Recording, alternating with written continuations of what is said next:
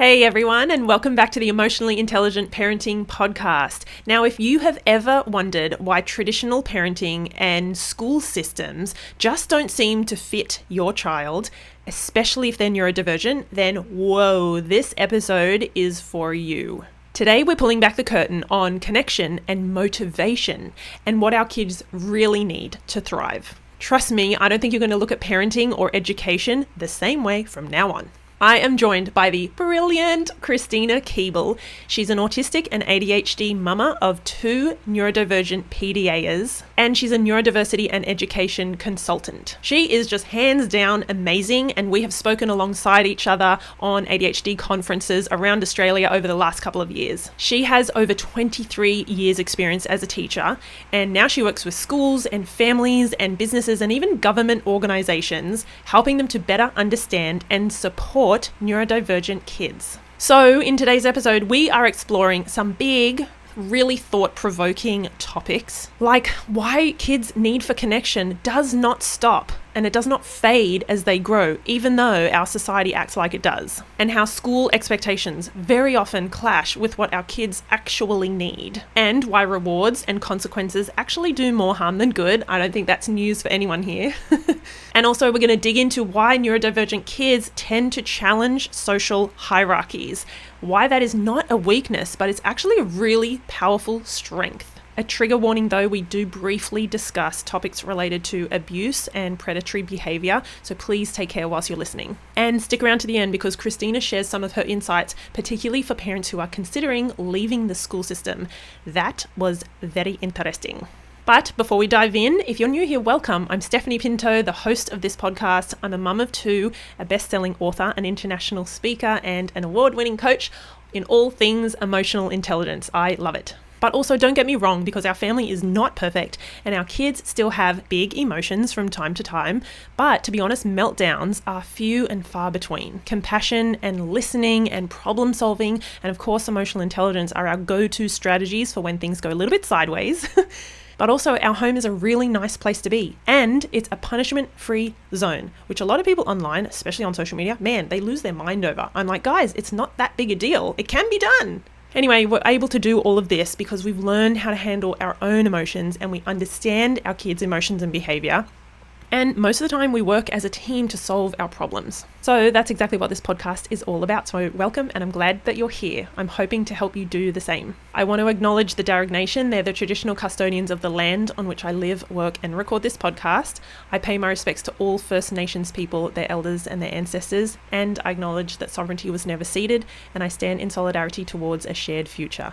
Okay, let's jump in. Here's Christina.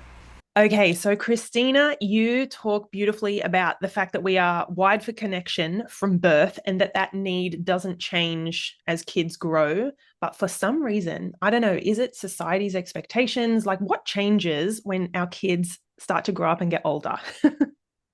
Yes, it's definitely, I think it's definitely a societal expectation and things. So I guess essentially, just to backtrack a little bit, like when you think about a newborn, when we have our, fresh little bundle of joy, we are, if you're a parent, you're familiar with the new baby smell, right? And we all want to smell a newborn baby because they smell lovely. You smell the top of their head and it's just amazing. And I think nature in our bodies is amazing because nature created that smell to facilitate the mother falling in love with the baby. And it's their natural pheromones. And I really believe, and I say this like with love, I have 2 amazing kids myself. So I say tongue in cheek, it's essentially that happens so we don't, leave the children somewhere and go, Yeah. this is too hard. I'm putting them back. Here, somebody else take them. And it's because, they take so much from us because they're beautiful, they smell good, but they're pretty useless when they're born. Like they can't hold their head up, they can't see more than like approximately 30 centimeters, but that's nature's design too, because then we have to hold our baby close because we know that. And as we hold them close, we're smelling these pheromones and that's facilitating us falling in love. And it's a long time that they are wholly dependent on us, wholly dependent. And yeah, so that's beautiful Mother Nature at work. Now, society's expectations change as babies grow. And the thing is, what's happening with the pheromones and holding them close and all of that that nature is facilitating is this formation of a connection between us and our baby, right? And it evolves, we get the little, that first smile that, we see and we're like, oh my goodness, they smiled at me. And there's always somebody who's going to say, oh no, they're too young to smile, it's gas. And I'm like, oh my gosh, please let it be a smile because I need it to be a smile. Yeah. Right. Like, I don't care. Don't give me the technicals. My baby smiled at me. And then, we get the back and forth, they stick their little tongue out and then we copy them and, the first giggle and all of that is just really cementing that parent child connection. And the thing is, that process, that connection, that need for connection, because it essentially, when they're infants, that's survival, right? Without that, that's how our species, or sorry, with that, that's how our species has survived. So that doesn't change once the infant becomes a toddler. And the toddler starts to explore the bigger world. And let's say you go to a play group or somewhere, where they haven't been before and they want to explore and they kind of toddle away. And then they're like, oh, wait a minute, I've been away from mom or dad too long. They kind of toddle back and check back in. That's that connection, helps them feel safe, and supports them to grow and develop. Now, it doesn't stop then, that need for connection and relationship. And it doesn't stop when they get to school age, right? It also, and I can say this with a little more authority than I could before, it doesn't stop when they become teenagers, because I have a teenager now. I always was hesitant. I'm like, I don't have a teenager yet, but they still need that connection and that relationship. Kind of on a side note, I have noticed though that teenagers don't smell as good as babies. That is a fact. And again, a little bit of a side note here. I think that's Mother Nature's way of facilitating us to encourage them to get out of the nest and become a fully grown, independent adult. Ooh. But that's a whole other story. So if we go back to like when the child goes to school, right? In Australia, it's usually anywhere, 5 or 6 years old. And when they cross that threshold, out of our care, out of even kinder or preschool, wherever you are in the country's care, those environments are generally more nurturing and more child-led. And when they move into the school environment, society's expectations based on the system and the way we deliver education is completely misaligned, completely out of alignment with childhood development. And when I say that, I'm not just talking about neurodivergent kids. I'm talking about all children. So all children from the time they put their feet into school for the first time, the expectations that schools give children based on the systems we have in place doesn't align with childhood development, and it doesn't align with the way children learn, which is play. And now saying that, I've seen some amazing, and I know there's different words for this, prep or kinder or the first year of school. I've seen some amazing teachers which are very play-led. However, generally that's lost, in the next year of schooling, et cetera, et cetera. Oh, yeah. So, if all children are if the expectations we have of all children are not in alignment, it's almost like we're setting them up to fail. And not just the children, but the teachers. Yeah. The teachers are mandated, and I'm a teacher. We have to deliver and tick all these boxes. And we've got all these little people. And it can be really tough. You then add on top of that a child who is neurodivergent, maybe they're autistic or ADHD, or like my two kids, they're both, but they're also PDAers, so pathological demand avoidance profile, also called persistent drive for autonomy. You add those neuro differences on top, and they're going to be even further, behind the eight ball, so to speak, because neurodivergent children have their own developmental trajectory, and it doesn't align with neurotypical development. Wow. So even Yeah. already, just for neurotypical kids, the school system is not aligned to the way they develop and what they need, which is play and learning through play and discovery. But then you add on the neurodivergent layers, like you Yes. said, Yeah. autism, ADHD, anxiety, or sensory Yeah. processing, or PDA, or any of those. And then I also use the saying they're way behind the eight ball. Like Way it's behind. Yeah. even harder for them, and I think there's even less understanding and acceptance. It's kind of like, well, you don't fit our mold, Yeah. so you're not right. You're not doing the right thing, and we need to fix you. And so maybe this is where we were talking a little bit before we hit record about the idea of they're in my kids' schools, these behavior management tools and techniques and the rewards. Like my son came home yesterday, he said, I got this little, it's like a little, I think an eraser or something from like the prize box. And I was like, Yeah. oh, Oh, like what? So, what did you do to get that? oh yeah, you probably had to really sit up straight for 10 minutes Yeah. or something.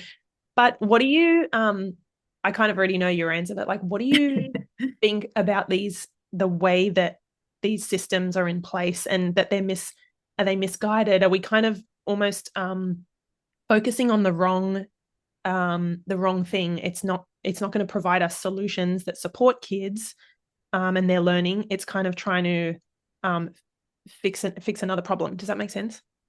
Yeah. Yeah. And you're right. It's so, so many thoughts at the moment.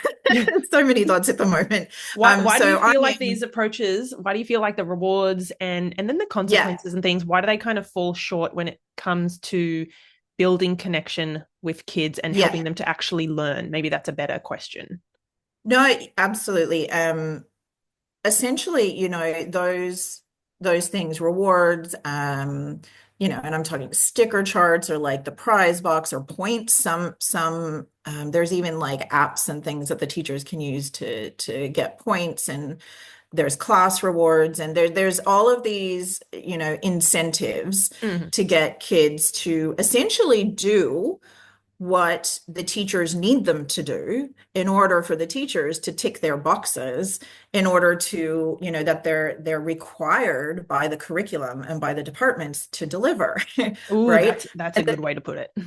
yeah, and the thing is, they don't facilitate relationships. We're wired for relationships, like we just spoke about. It doesn't facilitate connection, and it's typically described as behavior management policies. And obviously, it varies state to state. I'm learning that some states in Australia have mandated policies within teacher contracts that they are actually obligated to deliver. Oh. That's a whole other conversation. I learned this last year. And the thing is, and that's why, I am a teacher. I'm not in the classroom anymore, full time. I casually teach. But when I was like, I was doing this stuff too, and I I could become, depending on the class, I could become very effective at using it. But it literally is just behavior management. And what I mean by that is when, let's say have a system in place and I'm running the class and I'm, on top of the rewards or, whatever it is to acknowledge and do all that for the kids doing what I want. The reason I'm doing that is because I want them to keep doing that, right? That's actually manipulation, right? I need them to keep doing this because generally I have too many kids in my classroom for me to manage by myself. Multiple kids with multiple needs and, minimal support. So we use these and employ these strategies to keep everyone safe, to try and keep them all on track, et cetera, et cetera. But like I can tell you, there's been plenty of times where, let's say I'm running the class. All of a sudden, I don't know, assistant principal or someone comes to my door and just needs to talk to me for 2 seconds, ask me a quick question. I kind of divert my attention away from the class. I'm speaking to the person at the door. I'm still in the classroom, so still supervising. But if my back is turned, for example, there's been plenty of times where the kids notice and then they just stop doing whatever they're doing. They disengage and they're, um, being kids. Yeah. And then like I kind of turn around and it's like, whoop, oh, and they're like all back on track. And it's like, that's not changing behavior. That's controlling. That's me controlling their behavior, right? Yeah. And the thing is, and that's why I say it's not only the children are set up to fail, but teachers are too. Mm. Um, and I regularly over the years have seen so many, and I used to be one of these very passionate, excited, young new grads come out ready to teach and change the world. And then they kind of over the about 5 years get beaten down by the system and the paperwork, and they're just trying to survive. And that's why teachers burn out so fast. Yeah. And when we do that, when we're just focusing on the management side, we're not actually teaching anything through those actions, right? So, and what I mean by that, if we do have a kid who struggles with certain things, instead of trying, like calling out or interrupting or easily getting distracted, and it's very clearly connected to their disability. We want to support any of the development and skills that could help them later in life. But if I'm using behavior management strategies, that's not facilitating any of that. All that is me trying to maintain control over my class. And, so no, so they can work short term in the moment, it can work. But again, it's at what cost? Okay, so these behavior management strategies, which I've used, and before I knew better, because again, I'm going back over 20 years, we didn't have all the knowledge that we have now about supporting kids. So you can control kids' behavior that way, but at what cost? Because then they start to, disengage from their internal motivation, from their internal moral compass, and from potentially interoceptive cues that are happening within their body. So, for example, if a kid needs to move to learn and they keep getting corrected, stop moving, be still, all that, all of their energy and focus, because kids want to do the right thing. They actually don't want to upset us. And so their energy, working memory, and thing is going into, okay, sit still, hands in lap. And as they're doing that, their working memory and their attention is there. They're not actually able to engage or listen and learn because so much of their effort and energy is into controlling their behavior, right? And that's why, I get the question a lot or not a question, but more of a statement where I get teachers going, yeah, but some kids do listen and they can do that. And that's when I go, yeah, but at what cost?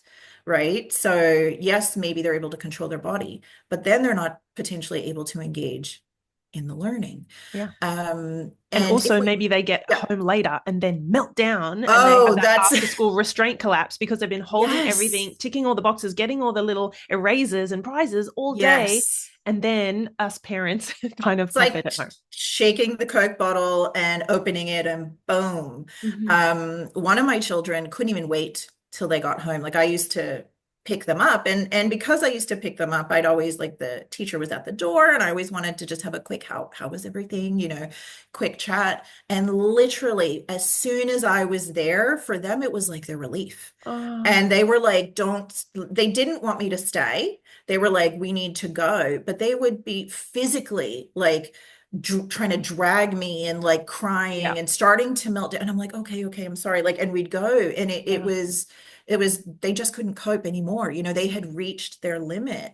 And if we, when we focus on relationship and connection with students, so now I'm kind of talking about this as a teacher, when we sit in that space and focus on the connection with them, the relationship, you don't need these external Yeah. things as much, right? Because relationships with adults in children's lives are way more powerful than any extrinsic motivator, like an eraser, like a sticker, like a class party. And not only that, but it's through that relationship that you can actually support the student to listen to that internal moral compass and tune back into their body and what's happening within them, right? Because our bodies are there to give us signals and cues. Kids' bodies are amazing. They know exactly what the kid needs Mhm. to be able to attend and learn. They just need to learn how to listen to it. And then also, as the teacher, we need to find a way to allow them to get what their body needs, let's say movement, for example, to be able to attend and learn, but in a way that doesn't distract the whole class. Yep. And there's, different strategies that can be employed. Maybe they sit further behind. So kids who do sit down to listen can sit and not have, a kid walking or pacing or things like that in front Yeah. of them. Um, and, research backs this up in terms of that the relationship with a teacher and the connection that a student has with a teacher is one of the key factors to maintaining student motivation and engagement at school. Wow. And you know what? I think you said before, where the way the school system is set up is just setting up kids, but also the teachers to fail, Mm, because we're still going off this blueprint of maybe 30 kids at desks for yeah. periods of time, writing down or taking notes or listening. Like it's so linear, and it's really like Mm, a pigeonhole way of learning. Now we have all this knowledge and research and understanding about the ways different kids learn yeah. and the neurodifferences as well. And it's almost like, do you feel like we haven't caught up? The school systems haven't caught up. There are some amazing teachers who have caught up, and they're like, hey, how do you need, I can see you need to move your body. Come over here and you can do the activity over like this way. You know what I mean? Yeah. Um, Yeah. but yeah, I think, what do you think it's going to take a, Oh, it really needs, the whole system needs to be rebuilt from the ground up. And this is part of the problem because the education system we're operating in now is the education system that came out of the Industrial Revolution. And so that was designed because before that, before the Industrial Revolution, children, if they went to school, it was only for a few years to kind of get that basic, literacy, numeracy. It was only the kids who were more likely to become professionals like doctors and lawyers and things that would continue in education. A lot of that was connected to privilege as well, where the other kids would maybe be on the farm, they'd be learning life skills and things like that from home. Once the Industrial Revolution happened, society needed factory workers. And so that was what established our school system. And it was to get more people to be able to work in these environments. And the thing is, it hasn't changed or evolved much since then. Our technology, our society, has rapidly evolved and changed. And our understanding of children development, yeah. what they need has also rapidly changed and developed. But our school system is antiquated and it's stuck in this Stuck. Mm-hmm. it's stuck in this format that doesn't suit. And yeah, it really is a reset. And there are, like you said, I know I've had the privilege of lately observing or speaking with or working with some amazing teachers, but they're constrained by the system they work within. They make a difference by the relationship they cultivate with children and the strategies they use and all of that. But if they're in a school where the whole school doesn't take this approach, then their change that they are making is constricted to within their classroom. Mm. I've been to some amazing schools who the whole school gets it because it starts at the top down. But then let's say it's a primary school, once those kids switch into high school, if the high school's not on board, then that and I know that in general with neurodivergent children, mine included, mine aren't in mainstream anymore, unfortunately. We wanted to public school mainstream the whole way. But the system just Didn't work. didn't Yeah. meet their needs, and mental health became the most important factor. So it really does need Wow. to shift from like completely. Yeah. I have one more question. It's a bit Mm, of a like change of that's topic, okay. but before that, I want to ask you, do you have any advice for parents who maybe are in a similar situation as to what you were when you thought, um, mainstream is not suiting my Yeah. kids anymore. They're coming home exhausted, or mental health is becoming like, I can see they are unhappy, they are drained, they are exhausted, they are, not coping. Do you have just a piece of advice, or what would you say to help parents kind of through that potential transition? Yeah, I guess the first piece of advice is one, you are not alone. You are not alone. At the moment, families are pulling their kids out of school at an unprecedented rate. That hasn't been seen before. As from my knowledge, as far as I know, it hasn't been seen before. And again, it's kids also that necessarily aren't neurodivergent, but definitely neurodivergent kids, are leaving the mainstream school system because families are realizing, mental health is more important, or this isn't suiting, and the toll that it's taking on kids is very evident. So one, you're not alone. I would look to connect with others who have already left the school system.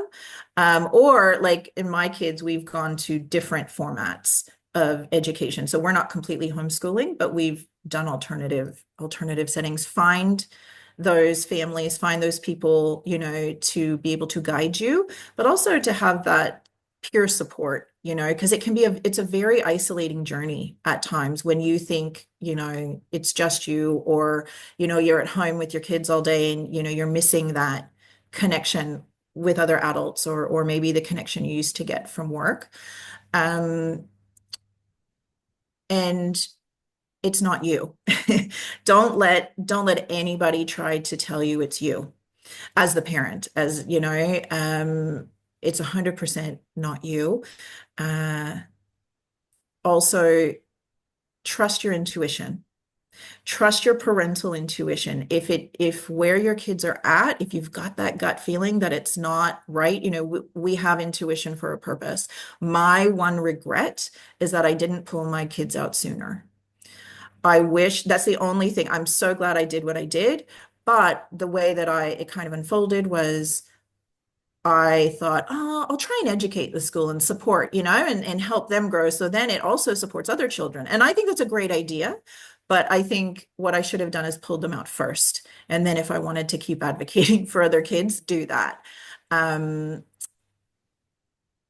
yeah, and also know there are some amazing schools and some amazing teachers around. The problem is usually like with the zoning, or the schools may be at capacity. Look for those supports. And then I guess finally would be make sure that you are looking after you as the parent. Get your own support if you can, either, mental health support, counselor or psychologist, even if it's just a friend who's in the same scenario that you can safely vent to. All of that can be, beneficial, because we have to be okay for our kids to be okay. And if we transition our kids out of mainstream, we have less time to ourselves to make sure that we're okay. Yeah. So definitely look after yourselves. Oh, brilliant. Okay. So, last question I want to ask you about Mhm. is around the idea that we're seeing that especially some neurodivergent kids really push back against social hierarchies. So, can you talk about Yes. what that is? What does that mean, and why does this happen? Yeah. So what I've noticed, in terms of that, is specifically like you said, in relation to neurodivergent kids. I probably have had it magnified by my own kids. They're kind of my greatest teachers. And prior to me having my kids, I'd never heard of PDA. Didn't know what it meant. When my kids were diagnosed, I was like, oh yeah, okay, great. I kind of have an idea, I think, of what I'm doing. Like, I've worked in the space, autism specific schools, special ed, for like, many years. But what I was finding was that everything I was doing was making it worse. And instead of, supporting and their dysregulation and things, I was actually increasing it. And to me, I was like, okay, this logically doesn't make sense, because for X amount of years, this is what I've been trained in. This is what I do. And that's when I ended up, I don't even remember how I got there, but I ended up learning about PDA.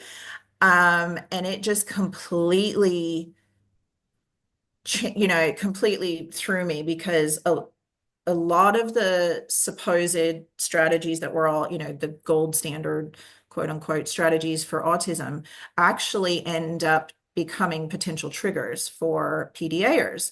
And they're autistic kids as well. So PDA is recognized as a behavior profile for some autistic people. And so for me, I was like, okay, how do I work with this? And this is when I started to research and learn kind of, these different approaches that align, with neuroscience and whatnot, and really grounded in relationship. And one of the factors that I've seen, not only in autistic kids, but also it's very obvious in a lot of PDAers, is what you're talking about. They don't recognize the social hierarchy. So what I mean by that is, I would be asking my children to do something, or trying to explain why we can't do something, right? Or, in that moment or whatever. And they are pro negotiators.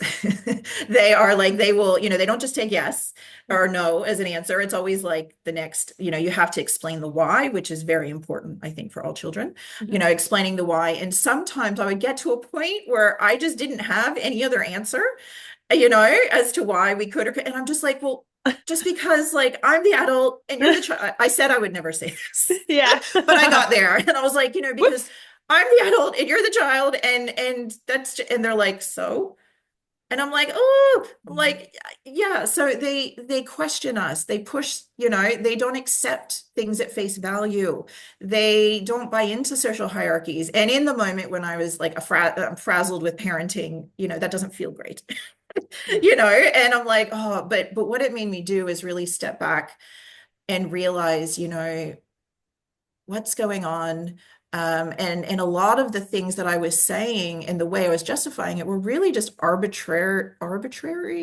Yes, I think is the way you say, exactly. arbitrarial societal rules, so to speak. And so I've learned how to let go of that, and explain things in a way that is more meaningful and makes sense.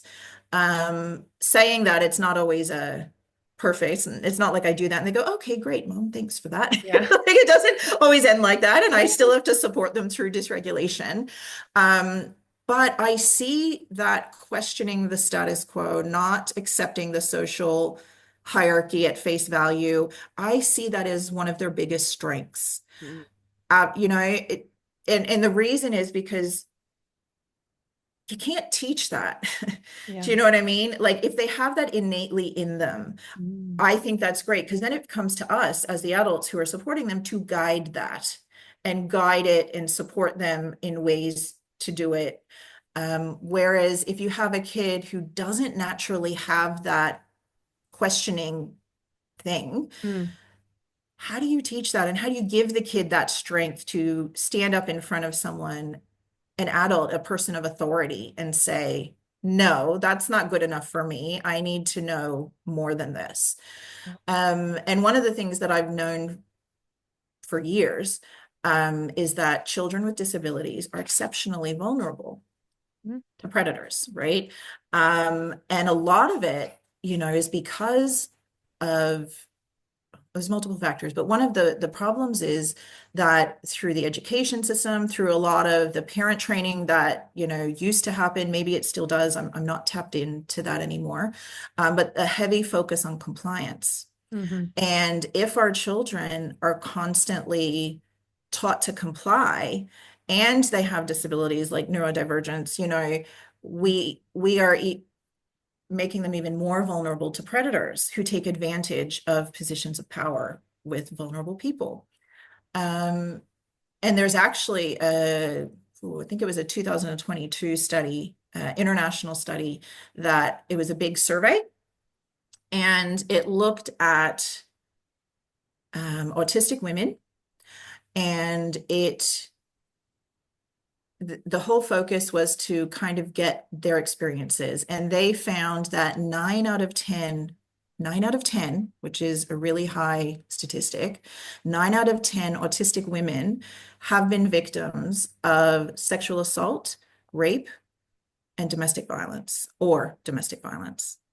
Okay, 9 out of 10. This was a global study.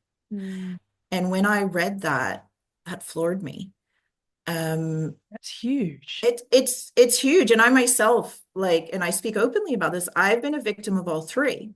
And it was during my, under 25 age. And I have a daughter, and that statistic terrified me. And I'm like, so as difficult as it is for us to deal with the pushback, as difficult and as frustrating as it can be when sometimes you're like, could you just put the shoes on? Mm, Like, just get them on. yeah. We have to not, we have to support their questioning. We have to guide them in how to do it, in a way that is appropriate, because we want them to be able to have that strength to question if a predator is attempting to take advantage of them. And I guess the final part to that is, I used to say that I didn't have a stance on whether or not a child should know their diagnoses. Mm-hmm. I do now. I'm very pro the child knowing their if they're autistic or if they're ADHD, because looking back at my experiences, I realized I didn't know what I didn't know. Mm. Right. And I mean, granted, there was no diagnosis for me back then, there was no box to tick, but had I known what my strengths and weaknesses were in some of these situations that I ended up in, socially, as I moved into adulthood, it, could have been different in the sense that I go, oh, wait a minute, this is one of those things where I'm not great at reading whatever the social cues or the fit. Maybe I need to get some support right now, and maybe tap into a friend or, Yeah. things like that. Yeah. Absolutely a strength, I think. It is. It can be very frustrating. Yes, it's like a double-edged sword, It isn't it? is. It is. It is. Oh Yeah. my goodness. Okay, the last 5 minutes has just been my favorite part of our conversation. I know it was heavy and it was deep, and we touched on some big issues, but it's just such a reminder to all of us, even if you're listening and you are a parent of neurotypical kids, that idea that, or the tendency that they have to sometimes question and to ask why. And, that we cannot see that as them just being disrespectful or challenging our authority. We have to see it as a strength, and we have to have good reasons for doing things. Like we do have a good reason for them having a shower or a bath or brushing their teeth or whatever it is. And if we don't have a good reason, usually it comes down to health, well-being, safety of themselves, others. But apart from that, if we don't have a good reason, then we need to look at, why am I asking you to do this thing, or why can't you do that thing? Do you know what I mean? So anyway. Exactly. And I gotta say, like, Stephanie, if you just told me arbitrarily to do something, I'd be like, sure, why? But then if you say, could you please do this because of da da da, I'll be like, oh yeah, sure. Like, I'm more likely to go along. Yeah. But just telling me just to do something, I'd be like, why? Like, it's just, that's our natural, Yeah. Curiosity. Yeah. This has been such a joy and such a pleasure chatting with you. Thank you. I could pick your brain for a lot longer around all these topics and way more. But I know, you're actually traveling at the moment and you're busy and you have lots on, and I want to let you go. But I want to say a massive thank you for coming on and sharing everything with us. Oh, thank you. And thanks for inviting me. It's been a joy and a pleasure, and I love all the work that you do. So thank you for doing that too. Yeah, you're welcome. So tell us, just before we jump off, where can people find out more about you? Yes. So I do have different webinars that I run coming up. My website is the best place to go. I would suggest signing up for the newsletter. I don't spam. So it's pretty safe. It's only basically when new things are coming out is when I send stuff. Sign up to my newsletter and follow me on Facebook, because I always create events and put them up there as well. Yeah. And yeah, any questions from anybody, just shoot me a message, and I will get back to them eventually. Brilliant. Thank you so much, Christina. My pleasure. Thank you. Hey guys, me again. Well, I hope you enjoyed that episode, and I hope that you are walking away feeling a little bit more encouraged and maybe even challenged, because I know I was. Christina reminded us that our kids' need for connection never ever fades, and that rewards and consequences do not build that trust that our kids truly need. And that when neurodivergent kiddos push back on those social hierarchies, it's not defiance, it's actually a strength. If you loved hearing Christina today, please make sure you check out her on Facebook and her website. I'll put all the links in the show notes below. Also, she runs fantastic webinars and she shares so many resources that are going to keep you supported on your journey. Lastly, just for you guys listening to this episode, I have a sneaky gift for you. Now, I have a course called From Blow-Ups to Balance. It's for parents of ADHD kiddos, especially when you're feeling like there is so much going on. Your kid has these big emotions. Some of the challenges like hyperactivity or impulsivity or emotional dysregulation are just getting on top of you. Then I would love you to have this special discount code. Usually the course is $97 US. I want you to have it for just 17. That is wild. It's called From Blow-Ups to Balance. You can find it on my website. I'll put the links below. Just search stephaniepinto.com/courses and you will find it there. Until next time, guys, please keep leading with emotional intelligence and connection and kindness. All right, have a great day.